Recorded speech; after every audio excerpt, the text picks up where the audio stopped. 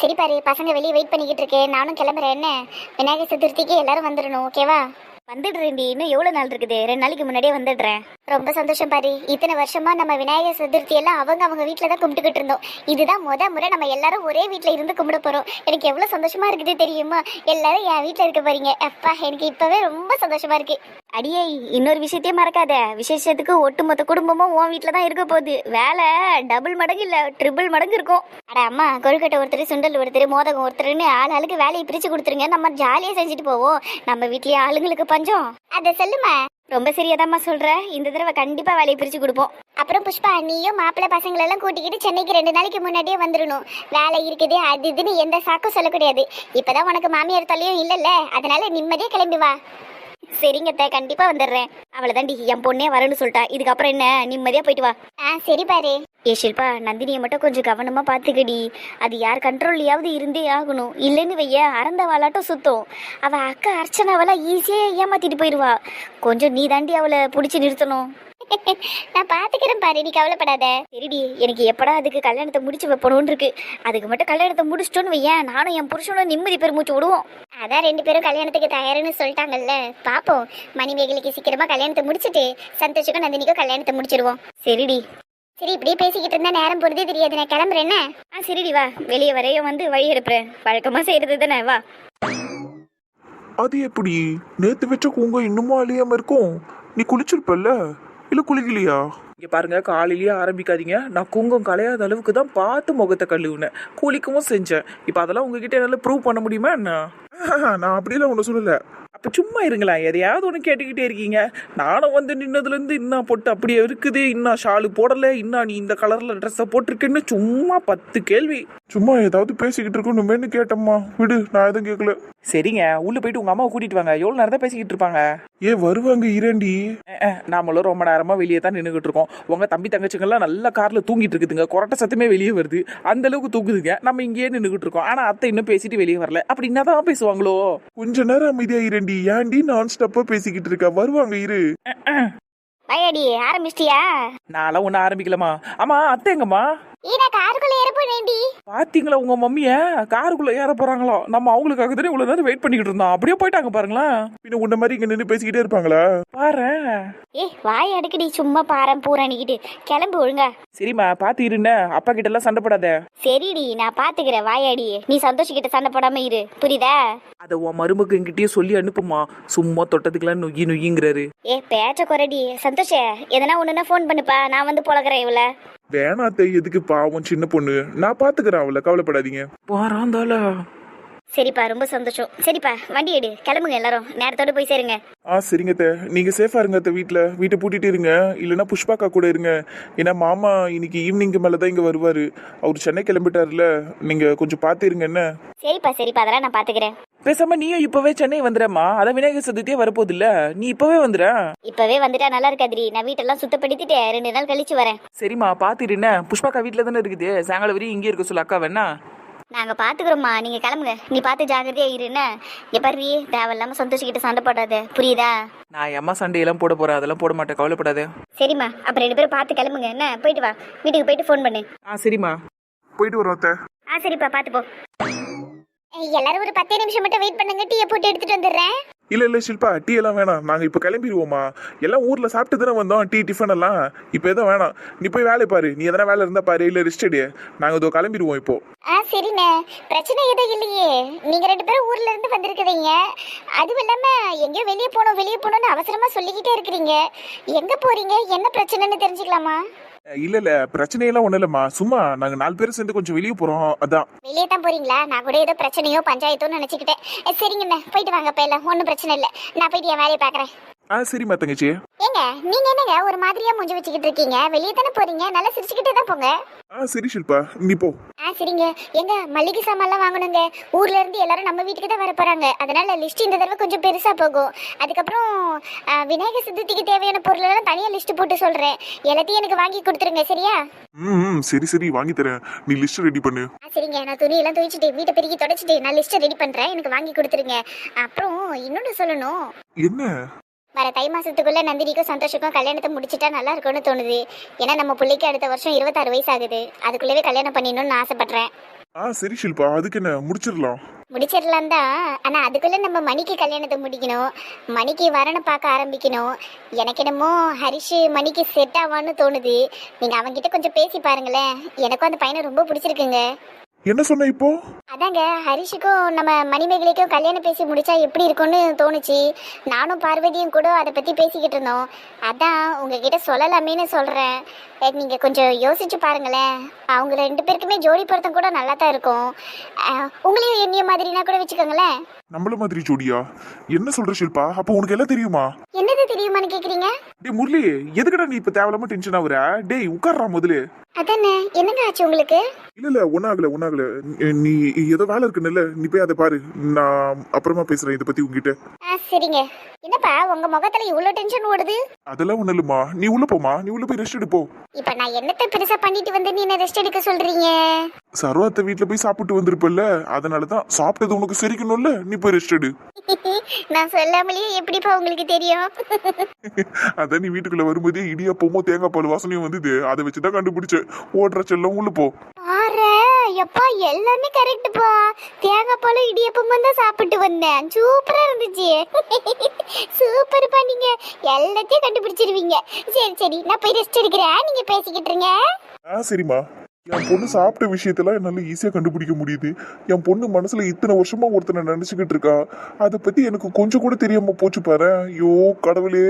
இங்க பாரு முரளி, ரொம்ப ஸ்ட்ரெஸ் ஆகாத, நான் சொல்றத கொஞ்சம் கேளு. இன்னும் கொஞ்ச நேரம் தான் ஹரிஷ் வந்துருவான், அதுக்கப்புறம் நம்ம பேசிக்கலாம். சரிடா, எல்லா குழப்பத்துக்கும் அவன்கிட்ட தான் பதில் இருக்கு. அவன் வரட்டும், அதுக்கப்புறம் தான் என்னால நிம்மதியா இருக்க முடியும். ஆனா அவன் நல்ல பையன் தான், நேர்மையான பையன் தான். எதுக்கு இப்படி போலி பேரை வச்சுக்கிட்டு சுத்திக்கிட்டு இருக்கான்? எனக்கு அதுதான் ஒன்றும் புரிய மாட்டேங்குது. எனக்கு அதை பத்தியெல்லாம் அவன்கிட்ட கேட்டு தெரிஞ்சுக்கணும்டா. அவன்கிட்ட டாக்குமெண்ட்ஸ் எல்லாம் வாங்கினா அவன் ஏதாவது தப்பா நினைச்சு பண்ணாடா நம்மள. அதெல்லாம் தப்பா நினைக்க மாட்டான்டா. ஆனா அவன் ஏன் அப்படி பண்ணாங்கிறத தெரிஞ்சுக்கிட்டே ஆகணும். ஆனா அவனுக்கு ஏதோ ஒரு மோசமான சூழ்நிலை இருந்திருக்கும்னு நினைக்கிறேன். அதனாலதான் அந்த பையன் இப்படி தன்னைத்தானே மறைச்சுக்கிட்டு வாழ்ந்துகிட்டு இருக்கான். சரி பாப்போம், வரட்டும், கேட்டு தெரிஞ்சுப்போம். அப்படியே தான் இருக்கணும்னு நானும் ஆசைப்படுறேன். கண்டிப்பா அவன் தப்பானவனா இருக்க மாட்டான். அவன் கண்டிப்பா நல்ல பையனா தான் இருப்பான். எனக்கு என் மனசு சொல்லிச்சுல, அப்போ அவன் கண்டிப்பா நல்ல பையனா தான் இருப்பான். இருந்தாலும் நான் கேட்டு தெரிஞ்சுக்கணும். அவன்கிட்ட கேட்டு தெரிஞ்சுக்க வேண்டியது நிறைய இருக்கு. அசோக் எப்படா வருவான்? ஒரு அரை மணி நேரத்துல வந்துருவான்டா, இரு. சரிடா. கார்த்தி, பசங்களை நீங்க தான் கூட்டிட்டு போகணும். சரிம்மா, ஊர்ல இருந்து சென்னை வர வரைக்குமே நீ சொல்லிக்கிட்டு தான் இருந்த பசங்களை கூட்டிட்டு போகணும்னு. கூட்டிட்டு போறேன். பழக்க தோசத்துல நீங்க பாட்டு போயிருவீங்களோன்னு தாங்க உங்களுக்கு ஞாபகப்படுத்திக்கிட்டே இருக்கேன், வேற ஒண்ணும் இல்ல. நான் ஏன்டி மறக்க போறேன்? அத ஸ்கூல் பஸ் வேற போயிடுச்சுல. ஆமாங்க, அதனாலதான் புலம்பிக்கிட்டே இருக்கேன், வேற ஒண்ணும் இல்ல. அம்மா தலை வரனது போதும், விடுங்கம்மா. அவளை தாண்டா முடிஞ்சதுடா, வாரிட்டேன். அம்மா மதியம் சாப்பாடு எடுத்துட்டு வந்துருவேன். என்ன ஸ்நாக்ஸ் பாக்ஸும் வச்சிருக்கேன், பிஸ்கெட் வச்சிருக்கேன்டா, சாப்பிட்டுருங்க மறக்காம. என்ன? சரிம்மா. அம்மா பிஸ்கெட் மட்டுமா வச்சிருக்கீங்க? சிப்ஸ் ஏதாவது வைக்க வேண்டியதானே? சிப்ஸ் எதுவுமே இல்லையேடி வீட்ல. எங்க போற வழியில பசங்களுக்கு சிப்ஸ் வாங்கி கொடுத்துறீங்களா? டைம் இருக்குமான்னு தெரியல. நான் பாக்குறேன். பசங்களா வாங்க போலாம். சரிங்கப்பா. சரிங்க, முடிஞ்சா வாங்கிட்டாங்க, இல்லைன்னா பரவாயில்ல. நான் மதியம் சாப்பாடு கொடுக்க போகும்போது கூட சிப்ஸ் வாங்கி கொடுத்துக்கிறேன். சரி நீங்க கிளம்புங்க. பாய் அடிச்சு, நான் போயிட்டு வரேன். பசங்களா வாங்க. Bye mummy. டாடா மம்மி. பாய் செல்லுங்களா, பார்த்து போங்க. வீட்டில் வேறு ஏகப்பட்ட வேலை இருக்குது, எப்படி முடிக்க போகிறேன்னு தெரியல. துணியே ஏகப்பட்டது இருக்குது. இது எல்லாம் நான் துவைச்சு முடிச்சு மதியம் சமைச்சு அதை கட்டிக்கிட்டு இதுங்களுக்கு எடுத்துகிட்டு போய் கொடுத்துக்கிட்டு, ஐயோ இன்னைக்கு ஏன் பாடு திண்டாட்டமாக போக போகுது. என்ன குடும்ப தலைவி காலங்காத்தாலேயே புலம்பிட்டு இருக்கு? எக்கோ என்னடி, எதனா வேணுமா? இல்லக்கா எனக்கெல்லாம் எதுவும் வேணாம். நீ என்ன புலம்பிக்கிட்டு இருக்க காலையில? ஒரு நெல்லடி வழக்கம் போலத்தான். என்ன சமைக்கிறது, பசங்களுக்கு எப்படி சாப்பாடு எடுத்துட்டு போய் கொடுக்கறதுன்னு இதை பத்தி தான் யோசிச்சுக்கிட்டு இருந்தேன். அதான் நான் இருக்கேன்ல, நான் ஹெல்ப் பண்றேன். நீ சமைச்சு கொடு, நான் எடுத்துட்டு போய் கொடுத்துட்டு வரேன். உனக்கு அதெல்லாம் தெரியுமா? என்ன தெரியுமான்னு கேக்குறா. நீ சோத்து மூட்டையே கொடுக்க போற, நான் எடுத்துட்டு போய் பசங்களுக்கு கொடுக்க போறேன். இதுல என்ன இருக்குது? அதெல்லாம் சரிதாண்டி, நீ ஒழுங்கா எடுத்துட்டு போய் கொடுப்பியா? அதெல்லாம் நான் எடுத்துட்டு போவேன், நீ ரெடி பண்ணு. சரிடி அம்மா, அப்ப எனக்கு ஒரு வேலை மிச்சம். அப்ப நான் என்ன பண்றேன், துணியை போய் வாஷிங் மிஷின்ல போட்டுட்டு சமையல் கட்டுக்குள்ள நுழைஞ்சிடுறேன். அப்பதான் டைம் கரெக்டா இருக்கும். சரிக்கா, போ. அக்கா எனக்கும் ஒரு வேலை இருக்குதுக்கா, நான் அதை முடிச்சுட்டு வந்துடுறேன். ஒரு 12 மணிக்கெல்லாம் வந்துருவேன், கவலைப்படாத. வேலை இருக்குதா? என்ன வேலை? முடிச்சிட்டு வந்துட்டு சொல்றேன். சந்தோஷ் கூட தான் போறேன். சரிடி, போயிட்டு வா. பாருடா, எங்க போற ஏன் போறேன்னு எதுவுமே கேட்கல, போயிட்டு வான்னு அசால்ட்டா சொல்லிட்டியே. ஏன்னா நீ போறது சந்தோஷ் கூடடி, அவனை நம்பி உன்னை எங்க வேணாலும் அனுப்பலாம். பா அந்த ஆள் இங்க இல்லனாலும் அவரை பத்தி எவ்வளவு பெருமையா பேசுறக்கா நீனு. போடி லூசே. சரி, சிரிச்சுக்கிட்டே பல்ல காமிச்சுக்கிட்டு இருந்தேன்னு என் வேலையை மறந்துடுவேன், போறேன்டி. போக்கா பதறாத போ. அக்கா நானும் சந்தோஷம் மட்டும் போலக்கா, எங்க கூட 4 பெரிய கைங்களும் வருது. இன்னைக்கு ஹரிஷோட நிலைமை, அதாவது மனோஜோட நிலைமை என்ன ஆகுமோ தெரியல. பையன் ஆடாட்டம் வந்து மாட்டிட்டு இருக்கிறான். சார் ஆக்சுவலாக நீங்கள் என்கிட்ட கேள்வி கேட்கறதுக்கு முன்னாடி இங்க பாருப்பா, பதட்டப்படாத. நாங்க உன்கிட்ட ஃப்ரெண்ட்லியா தான் பேசுறதுக்கு வந்திருக்கோம், புரியுதா? அதே மாதிரி நீ சாருன்னுலாம் கூப்பிட வேணாம். இத்தனை நாள் நீ எங்களை அங்கிள்னு தானே கூப்பிட்ட, அதே மாதிரி கூப்பிடு. ஆமாப்பா, எதுக்கு பயப்படுற? நானும் வந்ததுலேருந்து பார்த்துன்னு இருக்கிறேன். ஏசி ரூம்லேயே உனக்கு இப்படி இருக்குதே. உனக்கு எந்த டென்ஷனும் வரக்கூடாதுங்கிறதுனால தான் உன்னோட தோஸ்துங்க 2 பேரையும் அங்கே உட்கார வச்சிருக்கிறோம். பார்த்தல நீ? ஆமாண்டா, பயப்படாத. நீ இப்படி கத்தியா அவரை பயமுறுத்துறப்பா. நீ கொஞ்ச நேரம் சும்மா இருப்பா, கத்தாம. ஹோட்டலில் இருக்கவங்களா அப்புறம் நம்மள தான் பார்ப்பாங்க. சரிம்மா, நான் எதுவும் கத்தல. ஏப்பா ஹரிஷே, டேய், இப்போ நாங்கெல்லாம் உன்னை ஹரிஷனு கூப்பிடணுமா இல்லை மனோஜ்னு கூப்பிடணுமாடா? என் பேரு மனோஜ் தான் சார், நீங்கள் என்ன மனோஜ்னே கூப்பிடலாம். அப்போ ஏன்பா இத்தனை நாள் ஹரிஷ்னு பேரை வச்சு எங்களை ஏமாத்தினேன்? நான் யாரையும் ஏமாத்தணும்னு நினைக்கல சார். அங்கிள், ஆக்சுவலாக என்னோட சூழ்நிலை அந்த மாதிரி ஆயிப்போச்சு, அதனால தான். அப்படி என்ன சூழ்நிலையாச்சுன்னு கொஞ்சம் டீட்டெயிலாக சொல்லு. சரிங்க அங்கிள், பட் நான் ஸ்டார்ட் பண்ணுறதுக்கு முன்னாடி உங்கள் எல்லாருக்கிட்டையுமே மன்னிப்பு கேட்டுக்கிறேன். இத்தனை நாள் ஹரிஷுங்கிற பேரில் உங்கள் எல்லாரையுமே நான் ஏமாத்திருக்கேன். ஆனால் நான் இதெல்லாம் வேணும்னே பண்ணலை, என்னோட சூழ்நிலையினால தான் அப்படி பண்ணேன். தயவு செஞ்சு என்னை எல்லாருமே மன்னிச்சிருங்க. பரவாயில்ல, இருக்கட்டும்ப்பா. நீ முதல்ல உன்னை பத்தி சொல்லு. நீ என் பொண்ணை எப்படி லவ் பண்ண, எப்படி நீ திரும்பி வந்த, இத்தனை வருஷம் கழிச்சு எப்படி என் பொண்ணை உனக்கு பார்க்கணும்னு தோணுச்சு, அப்ப ஏன் நீ முன்னாடி வரல? இந்த மாதிரி எனக்குள்ள நிறைய கேள்விகள் இருக்கு, நீ எல்லாத்துக்கும் எனக்கு பதில் சொல்ல. மனோஜ், தயங்காம சொல்லுங்க. அன்னைக்கு என்கிட்ட என்னென்னலாம் சொன்னீங்களோ எல்லாத்தையுமே சொல்லுங்க. சரி நந்தினி. அங்கிள், ஆக்சுவலாக நான் சென்னையிலேருந்து கிளம்பி போனதுக்கப்புறம் எங்கள் ஃபேமிலி ராஜஸ்தானில் தான் செட்டில் ஆனோம். அங்கே போனதுக்கப்புறம் 1 இயரில் அம்மா தவறிட்டாங்க. என்னப்பா சொல்ற? ஆமாம் அங்கிள், சடனாக ஹார்ட் அட்டாக் வந்துருச்சு அம்மாவுக்கு, அதனால இறந்துட்டாங்க. அதுக்கப்புறம் அப்பா செகண்ட் மேரேஜ் பண்ணிக்கிட்டாரு. என்னப்பா சொல்ற? ஆமாம் அங்கிள், அம்மா இறந்து கொஞ்ச நாள்லயே அப்பா இன்னொரு கல்யாணம் பண்ணிக்கிட்டாரு. அதுக்கப்புறம் சித்தி வீட்டுக்கு வந்தாங்க. ஆரம்பத்தில் அவங்க என்ன நல்லா தான் பார்த்துக்கிட்டாங்க.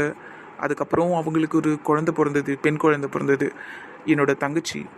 ஆனால் என்னால் உரிமையாக தங்கச்சி சித்தின்னு எல்லாம் சொல்லிக்க முடியாது. ஏன்னா நான் வீட்லேயே வளரல, ஃபுல்லாகவே ஸ்கூலு காலேஜுன்னு ஹாஸ்டலில் தான் வளர்ந்தேன். அவங்களுக்கு அந்த குழந்தை பிறந்ததுக்கப்புறம் என்னை வீட்டை விட்டு அனுப்பிட்டாங்க. அதை நான் சொன்னேன்ல, நான் ஸ்கூல் காலேஜ் எல்லாமே ஹாஸ்டலில் தான் தங்கி படித்தேன். என்னடா சொல்ற? ஆமாம் சந்தோஷ், நான் படித்தது வளர்ந்தது எல்லாமே ஹாஸ்டல் தான். ஹாஸ்டல் சாப்பாட்டில் தான் என்கிட்ட வளர்ந்தேனே நான். அதனால தான் அன்னைக்கு வீட்டில் சாப்பிடும்போது கண் கலங்குனியாப்பா நீ? ஆமாம் அங்கிள், ஏன்னா நான் வீட்டு சாப்பாடுன்னு ஒன்று சாப்பிட்டதே கிடையாது. உங்கள் வீட்டில் தான் நான் முறை வீட்டு சாப்பாடே சாப்பிட்டேன். என்னப்பா, உனக்கு சொந்த பந்தன்னு கூட யாருமே இல்லையா? இருக்கிறாங்க அங்கிள், ஆனால் என் அம்மா இறந்ததுக்கப்புறம் யாரும் என்னை கண்டுக்கல. எந்த ஒரு அரவணைப்பும் இல்லாம எப்படிப்பா நீ வளர்ந்த முதல்ல? ரொம்ப கஷ்டமாக இருந்தது அங்கிள். ஆனால் என் அம்மாவுக்கு உடம்பு சரியில்லாத இருந்தபோது அவங்க என்னை நல்லா படிக்கணும்னு மட்டும் தான் சொன்னாங்க. படிப்பு தான் என்னை மேலே கொண்டு வரும், அது ஒன்று போதும் உனக்குன்னு என்கிட்ட நிறைய சொல்லிக்கிட்டே இருப்பாங்க. அதெல்லாம் தான் நான் மனசில் வச்சுக்கிட்டு இருந்தேன். என் அம்மாவோட வார்த்தையை மட்டும்தான் வச்சு நான் வளர்ந்தேன். ஸ்கூல் காலேஜ்னு அப்போ ஹாஸ்டல்ல தான் தங்கி படிச்சிருக்க. அடுத்து என்னப்பா பண்ண? நான் இன்ஜினியரிங் கம்ப்ளீட் பண்ணதுக்கப்புறம் மும்பையில் எனக்கு ஜாப் கிடச்சிது அங்கிள். அங்கே ஒரு 2 இயர்ஸ் ஒர்க் பண்ணேன். அப்படியா? சரி, அப்புறம் எப்படி திடீர்னு சென்னை வந்த? நான் பாப்பா, அதாவது மணிமேகலைக்காக தான் சென்னைக்கே வந்தேன் அங்கிள். படித்து முடித்த கையோட வந்து உங்ககிட்ட பொண்ணு கேட்டிருந்தா கண்டிப்பாக நீங்கள் கொடுத்துருக்க மாட்டீங்க. நான் ஒரு நல்ல பொசிஷனில் இருந்துட்டு அதுக்கப்புறமா வந்து கேட்டால் கண்டிப்பாக நீங்கள் எனக்கு பொண்ணு கொடுக்குறத பற்றி கன்சிடர் பண்ணுவீங்க. அதனால தான் நான் மும்பையில் ஒர்க் பண்ணேன். நல்ல சேலரி கிடச்சிது எனக்கு. அதை வச்சுட்டு தான் நான் சென்னைக்கு திரும்பி வரணும்னு நினச்சேன். ஆனால் என் சூழ்நிலை என்னை அப்படியே புரட்டி போட்டுருச்சு. இது என்னடா இது? டே தம்பியே, என்னப்பா உனக்கு? இருமா. டே தம்பியே, சொல்லுங்க அங்கிள். என்ன தைரியத்துல பண்ணி சென்னை வந்து எங்ககிட்ட பொண்ணு கேட்கணும்னு நினைச்ச? சப்போஸ் மணிமேகலைக்கு நாங்க வேற யாரையாவது கல்யாணம் பண்ணி வச்சிருந்தா, இல்ல மணிமேகலை வேற யாரையாவது லவ் பண்ணியிருந்தா, இன்னும் தைரியத்துல நீ சென்னை திரும்பி வந்து பொண்ணு கேட்கணும்னு நினைச்ச? கொஞ்சம் கூட மனசாட்சியே இல்லாம கேள்வி கேட்கிறாரு இந்த மாமா. கரெக்டான கேள்வி தான் அங்கிள் கேட்குறீங்க. ஆனால் எல்லாம் நான் ஒரு நம்பிக்கையில் தான் திரும்பி வந்தேன். ஏன்னா இங்கேருந்து போகிறதுக்கு முன்னாடி நான் அவகிட்ட சொல்லிட்டு தான் போனேன், உனக்காக இன்னைக்குன்னா ஒரு நாள் நான் திரும்பி வருவேன்னு. அவளும் நான் சொன்னதுக்கு சரின்னு தலையாட்டினா. நான் ஹிந்தியில் சொன்னேன், ஆனாலும் அவளுக்கு அது புரிஞ்சுது. அப்போ தான் எனக்கு தோணுச்சு எனக்காக இவ வெயிட் பண்ணுவான்னு. ஓ அப்படி? சரி, ஓகே, விடு. சரிப்பா, உன் தாய்மொழி ஹிந்தி தான், ஆனா எப்படி நீ தமிழ் இவ்வளவு அழகா பேசுற? மணிமேகலைக்காக கற்றுக்கிட்டேன் அங்கிள். சோ ஸ்வீட் ஆஃப் யூடா. ஏய், நாங்க விசாரிச்சுக்கிட்டு இருக்கோம்டா, நடுவில் இந்த மாதிரி ஸ்வீட் ஆஃப் யூலாம் சொல்லாத. சரிங்க மாமா. அப்புறம் தம்பியே, நீ தமிழ் கத்துக்கிட்டேன்னு உனக்கு யாருப்பா சொல்லி கொடுத்ததா? தமிழ் ஸ்கூல்ல படிச்சியா? நீ ஃபுல்லா வடநாட்டில் தான் படிச்சிருக்கிற, காலேஜும் அங்கே தான் படிச்சிருக்கிற, வேலை செஞ்சதும் மும்பையில தான், ஃபுல்லா வடநாடா இருக்கும்போது நீ எப்படி தமிழ் இவ்வளோ அழகா கத்துக்கிட்ட? ஆக்சுவலாக நான் ஸ்கூல் படிக்கும்போதே தமிழ் கற்றுக்கிட்டேன் அங்கிள். என்னோட ஹாஸ்டல் வார்டன் வந்து ஆக்சுவலாக பார்த்தீங்கன்னா தமிழ் தான். அவங்க கிட்ட தான் நான் தமிழ் கற்றுக்கிட்டேன். இன்ஃபேக்ட் நான் தமிழில் எழுத கூட செய்வேன் தெரியுமா? அப்புறம் காலேஜ் படிக்கிறப்ப எனக்கு தமிழ் நல்லா ஃப்ளூயண்ட்டாக வந்துருச்சு. மூவிஸ் எல்லாம் நிறைய பார்க்க ஆரம்பித்தேன், சாங்ஸ் எல்லாம் நிறைய கேட்க ஆரம்பித்தேன். அதுக்கப்புறம் நான் தமிழ் ரொம்ப சரளமாக பேச ஆரம்பிச்சிட்டேன் அங்கிள். அதுக்கப்புறம் நான் அந்த மும்பையில் ஆஃபீஸ் ஒர்க் பண்ணேன்னு சொன்னேன்ல, அங்கேயும் தமிழ் கொலீக்ஸ் நிறைய பேர் இருந்தாங்க. அவங்ககிட்டலாம் நல்லா மச்சா மாமான்னு பேசுவேன். சூப்பர்ப்பா, நீ உண்மையிலேயே எங்கள் பொண்ணுக்காக நீ தமிழெல்லாம் கற்றுக்கிட்ட பத்தியா? ஆனால் எங்கள் வீட்டு பொண்ணு இன்னும் ஹிந்தி கற்றுக்கலப்பா. அதுக்கு என்ன அங்கிள், நான் தான் தமிழ் கற்றுக்கிட்டேனே. டே பத்து அசோக், டே சிவா, இவன் பேசுறப்பெல்லாம் எனக்கு ஷில்பா பேசுற மாதிரியே இருக்குடா. என் வாழ்க்கை என் முன்னாடி அப்படியே ஒரு நிமிஷம் வந்துட்டு போகுதுடா. என்னாச்சு அங்கிள், நான் எதனா தப்பா பேசிட்டேனா? இல்லை இல்லை இல்லை, நீ தப்பாலாம் பேசல. உனக்கும் ஷில்பாக்கும் நிறைய ஒத்துமை இருக்குது, அதை தான் அவன் அப்படி சொல்றான். ஆன்ட்டிக்கும் எனக்கும் ஒத்துமை இருக்கா? அவங்களும் ஹிந்திக்காரங்கிறதுனாலயா? இல்லடா, அப்படியெல்லாம் கிடையாது. ஷில்பாவுக்கும் அப்படிதான். அவளும் சித்தி கொடுமை தான் அனுபவிச்சா. உனக்கு சித்தி கொடுமை இல்லைனாலும் உன்னை வீட்டை விட்டு வெளியே துரத்திட்டாங்க. அவளும் எனக்காக தமிழை கற்றுக்கிட்டா, நீ என் பொண்ணுக்காக தமிழை கற்றுக்கிட்ட. இந்த மாதிரி எல்லாமே இப்படி எனக்கு என் வாழ்க்கை என் முன்னாடி வந்துட்டு போகுது. உன்னை பார்க்குறப்ப என்னையும் ஷில்பாவையும் பார்க்குற மாதிரி இருக்கு. சரிங்க அங்கிள், இப்போ இதில் என் தப்பு ஏதாவது இருக்கா? இல்ல உன் தப்பெல்லாம் ஒன்றும் இல்லைப்பா. நான் எப்படி சொல்றது, என் வாழ்க்கையை எனக்கு இப்போ அப்படியே ஆரம்பத்துலேருந்து பார்த்துக்கிட்டு இருக்க மாதிரி இருக்கு. இது என் பொண்ணுக்கு நடந்துக்கிட்டு இருக்கு. அதுதான் நான் உன்னை ஒன்றும் தப்பு சொல்லலை, நீ நல்ல பையனாக தான் இருக்கிற. ஒன்றும் இல்லைப்பா, எனக்கு ஒன்றும் புரியல, அவ்வளோதான். சத்தியமா அங்கிள், நான் உங்களோட ஸ்டோரி தெரிஞ்சு வச்சுக்கிட்டு நான் இப்போ எந்த கதையும் சொல்லலை, உங்ககிட்ட பொய்யெல்லாம் நான் சொல்லலை. நீங்கள் என்னை நம்புங்க, நான் சொல்லிக்கிட்டு இருக்கிறது எல்லாமே உண்மைதான். நீ பொய் சொல்றேன்னு நான் சொல்லலையேப்பா. புரியுது அங்கிள், ஆனால் உங்கள் மனசில் ஒரு சின்ன சந்தேகமும் வேணாம். நான் உங்ககிட்ட சொன்னது எல்லாமே உண்மைதான். என் அம்மா மேலே சத்தியமாக சொல்கிறேன், இது எல்லாமே உண்மைதான். என்னப்பா நீ சத்தியம்லாம் பண்ணிக்கிட்டு? அதெல்லாம் ஒன்றும் தேவையில்லை. நீ இந்த போலீஸ் சர்டிஃபிகேட் எல்லாம் கொடுத்து சிவா கம்பெனியில் ஜாயின் பண்ண பத்தியா? அங்கே தான் எனக்கு உன் மேலே கொஞ்சம் கோவம் வந்தது. எதுக்கு நீ போய் சொல்லணும்? நேராக வந்துட வேண்டியது தானே? ஆமாம், நீ எதுக்குப்பா இந்த மாதிரி ஒரு வேலையை பண்ண? நீ நேரடியாக எங்ககிட்ட வந்து பேசியிருக்கலாமே. அதானே, நீ தான் மனோஜ்னு எங்ககிட்ட வந்து பேசியிருக்கலாமே. நீ எதுக்கு ஹரிஷ்ங்கிற பேரில் எங்ககிட்ட பழகுன? ஆமாம் மச்சான், எனக்கே அது உன்கிட்ட கேட்கணும்னு இருந்துச்சு. சொல்லுடா. சொல்கிறேன் அங்கிள், சொல்கிறேன் மச்சான். நான் எங்கள் அப்பாவுக்கு பயந்துக்கிட்டு தான் நான் என் பேரை மறைச்சிக்கிட்டு இந்த ஊரில் வாழ்ந்துக்கிட்டு இருக்கேன். உங்கள் அப்பாவுக்கு பயந்துக்கிட்டா? ஏன்? எனக்கு அப்பா மேரேஜ் ஃபிக்ஸ் பண்ணார் அங்கிள். எனக்கு அது சுத்தமாக பிடிக்கல. நான் என் அப்பா கிட்ட சொன்னேன், இந்த மாதிரி எனக்காக ஒரு பொண்ணு சென்னையில் வெயிட் பண்ணிக்கிட்டு இருப்பான், நான் அவளை தான் போய் கல்யாணம் பண்ணுவேன், நான் அவகிட்ட போய் பேசணும், அவள் என்னோட சின்ன வயசுலேருந்து நான் அவளை லவ் பண்ணுறேன்னு நிறைய சொன்னேன். ஆனால் அவர் எதையுமே காதில் வாங்கலை. எனக்கு கல்யாணம் பண்ணி வைக்கணும்னு பிடிவாதமாக நின்னார். ஏன்னா என்னோட கல்யாணத்தினால அவருக்கு ஒரு லாபம் வர வேண்டியது இருக்குது. அதான் இந்த டௌரி சொல்லுவாங்கள்ல, வரதட்சணை, அந்த பொண்ணு வீட்டிலேருந்து என் அப்பாவோட பேருக்கு ஒரு கடையை எழுதி வைக்கிறதா சொல்லியிருந்தாங்க. அவங்க பெரிய பணக்காரங்களாக இருந்தாங்க. அந்த வீட்டுக்கு தான் என்னை சம்மந்தம் பண்ணி வைக்கணும்னு அப்பா ரொம்ப முயற்சி பண்ணார். எனக்கு அதில் சுத்தமாக விருப்பமே இல்லை. என்ன பண்ணுறதுன்னு தெரியாமல் தான் நான் ஓடியே வந்தேன் ஆக்சுவலாக சென்னைக்கு. பாரு, ஒரு 1.5 கடைக்காக பையனையும் விற்க பார்த்துருக்கான். என்ன கடைப்பா அது? Jewellery shop uncle. நகை கடையா? எப்பா? அந்த கடை ராஜஸ்தானோட மெயின் சிட்டியில் இருந்தது அங்கிள். என் அப்பாவுக்கு அந்த கடை கிடைச்சே ஆகணுங்கிறதுக்காக என்னை மேரேஜ்க்காக நிறைய ஃபோர்ஸ் பண்ணார். என்னால் தாங்க முடியல, அதனால தான் நான் ஓடி வந்தேன். என்னப்பா சொல்ற நீ? சரி, நீ ஓடி வந்துட்ட, நீ நேரடியாக எங்கள் வீட்டுக்கு வர வேண்டியதானே? எனக்கு முதல்ல உங்கள் வீடு எங்கே இருந்ததுன்னே ஞாபகம் இல்லை அங்கிள். எனக்கு ஞாபகம் இருந்த 2 ஃபேஸு, மணிமேகலையோட ஃபேஸு, இன்னொன்று ஷில்பா ஆண்டியோட ஃபேஸு. ஏன்னா அவங்க எங்களில் ஒரு ஆளுங்கிறதுனால என்னால் ஈஸியாக ஞாபகம் வச்சுக்க முடிஞ்சுது. உங்களில் ஒரு ஆளா? டேய், ஷில்பா முக்காடு போட்டிருக்கிறதுனால அப்படி சொல்றியா? ஆமாம் அங்கிள். சரி, பேரை ஏன்ப்பா மாற்றிக்கிட்ட? என் அப்பா கிட்ட மாட்டிக்க கூடாதுங்கிற ஒரே ஒரு பயம்தான் அங்கிள். என் பேரை வச்சோ இல்லை என் ஃபோட்டோவை வச்சோ அவர் விசாரிக்க கூடாதுங்கிறதுனால தான் ஹேர் கலரிங்லேருந்து எல்லாத்தையுமே மாற்றிக்கிட்டேன். என் பேரையும் மாற்றிக்கிட்டேன். நான் கண்ணாடி கூட போடுற ஆள் கிடையாது, கண்ணாடியும் போட்டுக்கிட்டேன். அவர் என்னை யாராவது ஆளை வச்சு தேடிட்டு போகிறாருங்கிற பயம்தான். பயந்தப்பா வாழ்ந்துக்கிட்டு இருந்த நீனே? ஆமாம் அங்கிள். ரொம்ப கஷ்டப்பட்டிருக்கடா நீ. ஆனா எனக்கு இதெல்லாம் ஒரு கஷ்டமாகவே தெரியல மச்சான். எனக்கு அங்கே இருந்ததை விட இங்கே சென்னையில் நான் ரோடாக சுற்றினதே எனக்கு ரொம்ப சந்தோஷமாக இருந்தது. என் மணிமேகலை இந்த ஊரில் தானே இருக்கிறா, நான் இங்கே எங்கே வேணாலும் சுற்றலான்ட்டு நான் ரொம்ப சந்தோஷமாக தான் சுற்றிக்கிட்டு இருந்தேன். டேய் நல்ல பையன்டா நீனே. சரி, எப்படா கடைசியா எங்களை கண்டுபிடிச்சா? அதானே, வீடு எதுவுமே ஞாபகம் இல்லைன்னு சொன்னேன், அப்புறம் எப்படிப்பா கண்டுபிடிச்ச? ஆக்சுவலாக நான் சென்னை வந்து 1 இயர் ஆகுது அங்கிள். நான் இங்கே சுற்றாத ஏரியாவே கிடையாது, நிறைய இடம் சுற்றிருக்கேன். போகிற இடத்துலலாம் கேட்பேன், மணிமேகலைன்னு ஒரு பொண்ணு இருப்பாங்க, அவங்களோட அம்மா ஹிந்திக்காரங்க, அவங்க நேம் ஷில்பா அப்படின்னு சொல்லி கேட்டிருக்கேன்.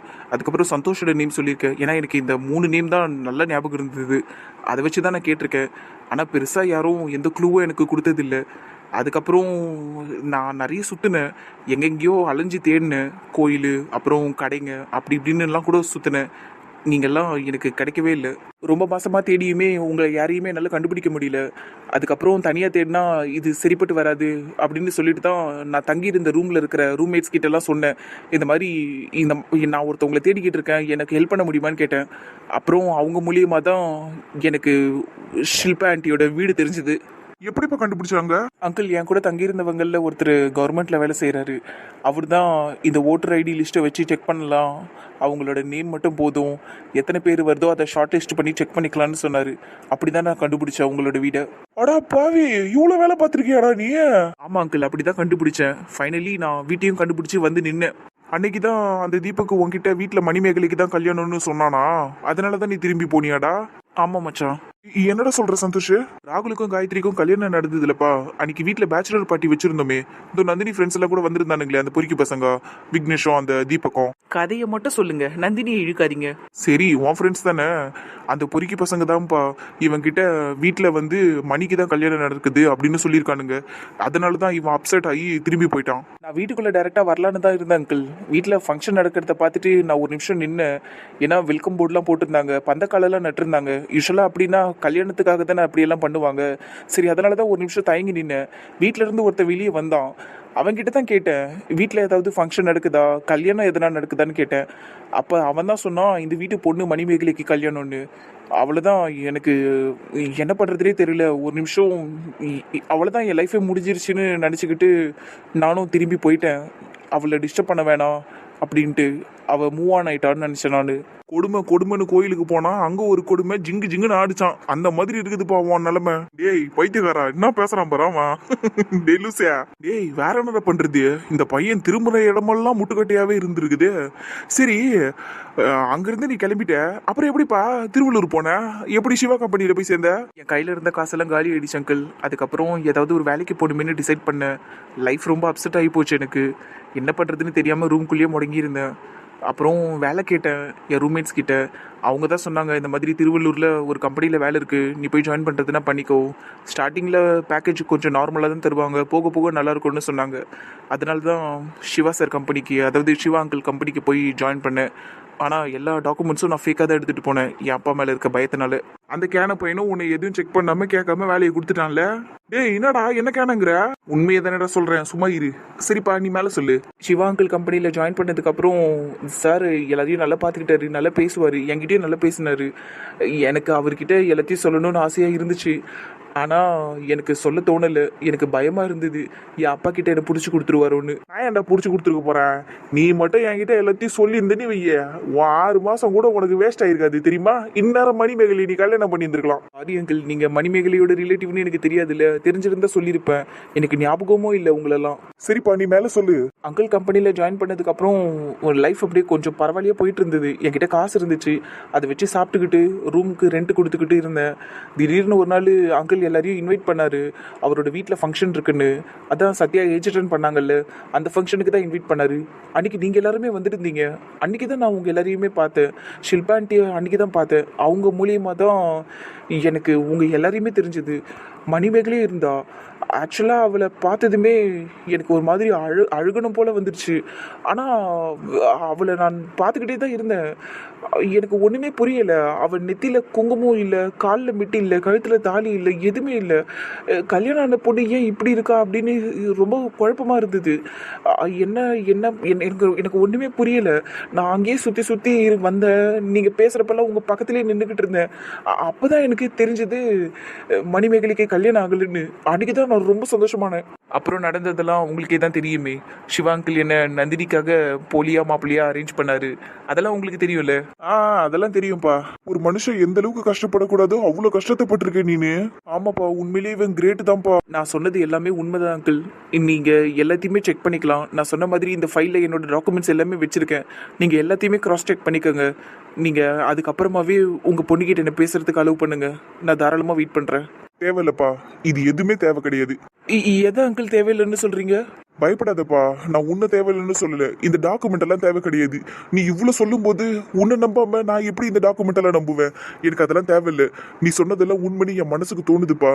நான் ஏற்கனவே மணிமேகலைக்கு உன்னை கல்யாணம் பண்ணி வைக்கணும்னு ஆசைப்பட்டேன். நீ யாருன்னு தெரியறதுக்கு முன்னாடி நான் உனக்கு கல்யாணம் பண்ணி வைக்கணும்னு ஆசைப்பட்டேன். இப்போ சொல்றேன் கேட்டுக்கோ. நான் சொல்றேன் நல்லா கேட்டுக்கோ. இங்க என் ஃப்ரெண்ட்ஸுங்க, என் புள்ள, என் மருமக எல்லாரும் முன்னாடியே சொல்றேன். நீ தான் என் வீட்டோட மருமக, புரியுதா? ஆனா ஒரே ஒரு கண்டிஷன் மட்டும் இருக்கு. சத்தியமாவா சொல்றீங்க? பேனிக் ஆகாதப்பா, பேனிக் ஆகாத, கூலாரு. சரிங்க அங்கிள், என்ன கண்டிஷன் சொல்லுங்க அங்கிள். நீ என் வீட்டோட மாப்பிள்ளையா வரணும். டே கொரியன் முஞ்சே, என்னத்துக்கிட்ட சிரிக்கிறேப்பா? அப்பா சாரி அங்கிள், தெரியாம சிரிச்சிட்டேன். என் மனோஜ், என்னப்பா சிரிக்கிற? என்ன விஷயம்னு சொல்லு. எனக்குன்னு யார் அங்கிள் இருக்கிறா உங்க பொண்ணு கூட்டிட்டு போறதுக்கு? எனக்கு நீங்க தான் ஃபேமிலி. நான் உங்க கூட தான் இருப்பேன். நான் உங்க பொண்ணோட, உங்களோட, உங்க வீட்டு மருமகனா இருக்கிறேன். அவ்வளவுதான்டா, முடிஞ்சு போச்சு போ. சூப்பர்ரா மனோஜ், தேங்க்ஸ்டா மச்சான். ரொம்ப தேங்க்ஸ்ப்பா ஒத்துக்கிட்டதுக்கு. என்ன அங்கிள் நீங்க தேங்க்ஸ் எல்லாம் சொல்லிக்கிட்டு இருக்கீங்க? நான் தான் உங்க எல்லாருக்குமே தேங்க்ஸ் சொல்லணும். என்னை நம்பி என்னை நீங்க உங்க வீட்டு மாப்பிள்ளையே அக்செப்ட் பண்ணிக்கிட்டீங்க. ரொம்ப தேங்க்ஸ் அங்கிள். இப்படி ஒரு லவ் ஸ்டோரியா இந்த உலகமே கேட்டிருக்காதுப்பா. ஆனா உன் மூலியமா இன்னைக்கு பல பேர் கேட்டிருப்பாங்க. Thanks uncle. சரிங்க மனோஜ், எப்ப எங்க மணிமேகலை கிட்ட உங்களை பத்தி சொல்ல போறீங்க? ஏற்கனவே நான் உன்கிட்ட சொன்ன மாதிரி தான் நந்தினி. கொஞ்ச நாள் அவகிட்ட நான் பழகணும்னு ஆசைப்படுறேன். அவகிட்ட நான் ஃப்ரெண்டா இருக்கணும்னு ஆசைப்படுறேன். அவளை பத்தி நிறைய தெரிஞ்சுக்கணும். அதுக்கப்புறமா நான் அவகிட்ட என்னை பத்தி சொல்றேன். அது வரையும் ப்ளீஸ் நீங்க யாருமே அவகிட்ட என்னை பத்தி சொல்லாதீங்க. சரியா போச்சு போ.